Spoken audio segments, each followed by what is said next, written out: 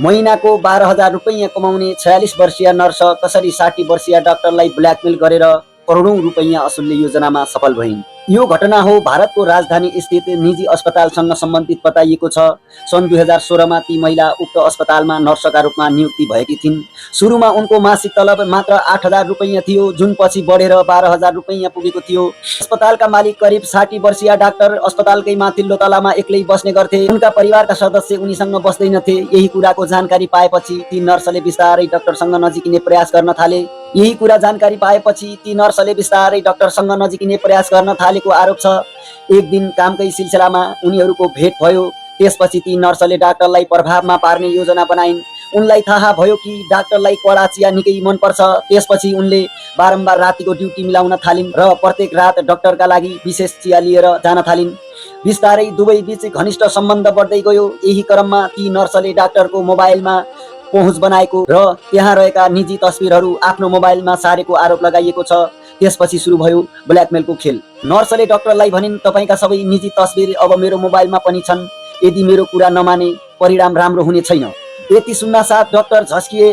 नर्सले उनलाई अर्को मोबाइल दिँदै चेतावनी दिइन्, जहाँ भए पनि, जुनसुकै अवस्थामा भए पनि यो मोबाइल बज्ने बित्तिकै फोन उठाउनु पर्छ। यदि एक पटक पनि फोन उठाउनु भएन भने त्यसको परिणाम तपाईले भोग्नु पर्नेछ। उनले अझै भनिन्, अब तपाईँ मेरो एटिएम बन्नु भएको छ। मलाई जति बेला पैसा चाहिन्छ तपाईले कुनै प्रश्न नगरी पठाइदिनु पर्छ।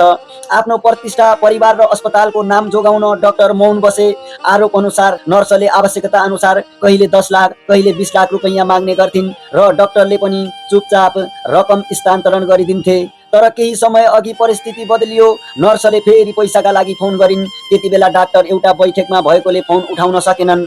आरोप अनुसार त्यसपछि नर्सले लगातार करिब 1000 पटक फोन गरिन्। फोन नउठेपछि उनी अत्यन्तै आक्रोशित भइन् र अस्पतालका केही कर्मचारीलाई डाक्टरका निजी तस्बिर देखाउँदै हेर तिम्रो अस्पतालको मालिक कस्तो छ भन्दै अपमानित गर्न खोजिन्। जब डाक्टर अस्पताल फर्किए उनले आफ्नो निजी तस्बिरहरू अरूलाई देखाइएको थाहा पाए। भनिन्छ, मानिसलाई यति धेरै नडराऊ कि अन्ततः उसले डराउनै छाडोस्। ठ्याक्कै त्यही भयो। वर्षौंसम्म ब्ल्याकमेल र मानसिक दबाव सहँदै आएका डाक्टर अन्ततः प्रहरी कहाँ पुगे। उनले नर्स विरुद्ध उजुरी दिँदै आफूलाई लामो समयदेखि ब्ल्याकमेल गरेर रकम असुलेको आरोप लगाए।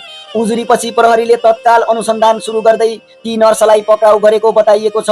तर सबैभन्दा ठुलो प्रश्न अझै पनि बाँकी छ। आखिर ती 60 वर्षीय डाक्टरको मोबाइलमा त्यस्ता कस्ता निजी तस्बिर थिए जसका कारण उनी वर्षौंसम्म ब्ल्याकमेलको शिकार बने। यस घटनाबारे तपाईको विचार के छ?